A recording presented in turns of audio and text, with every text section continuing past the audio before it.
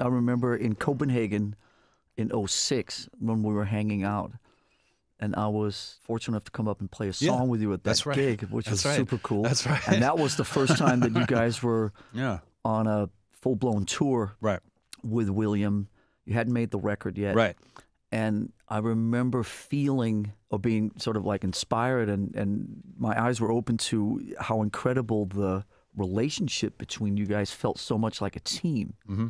We tried to keep things really simple, and I think that we still do. The rule in this band always goes that as long as it feels okay to do what we're doing, we continue to do it. The day that it stops feeling good for any one of us for any reason, that's when we should hang it up before it gets fucking bad or whatever. You know what I mean? Like, Yeah, totally. Like it's pretty much that simple. It's so rewarding what we get to do, and it's so fucking special. But it also takes an incredible amount of shit that you got to fucking Of take course, yeah. to be able to do that just on a daily basis of being a human being, not just being a musician. So like, as long as this always outweighs this, right? As long as this, the feel and the meaning and the heart and that you're all together outweighs all of the shit that you got to go wade through, then you're good.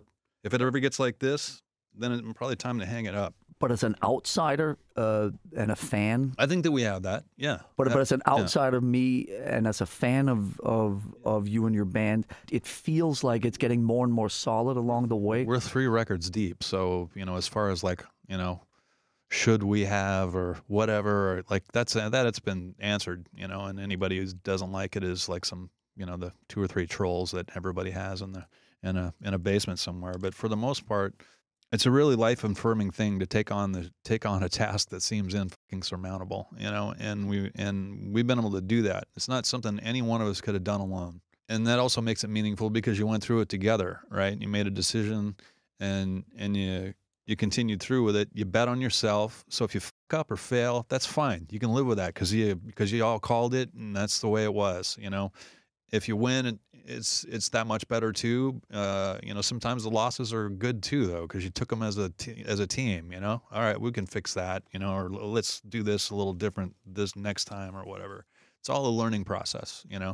I'm still trying to fucking figure it out. I'm 52. I've been doing this for 31 years now, and I still don't think I know what I'm doing half the time. It's amazing to me Only half the time. For me, it's most of the time. Man, it's amazing to me that people still fucking show up and see us play. Like it's like there's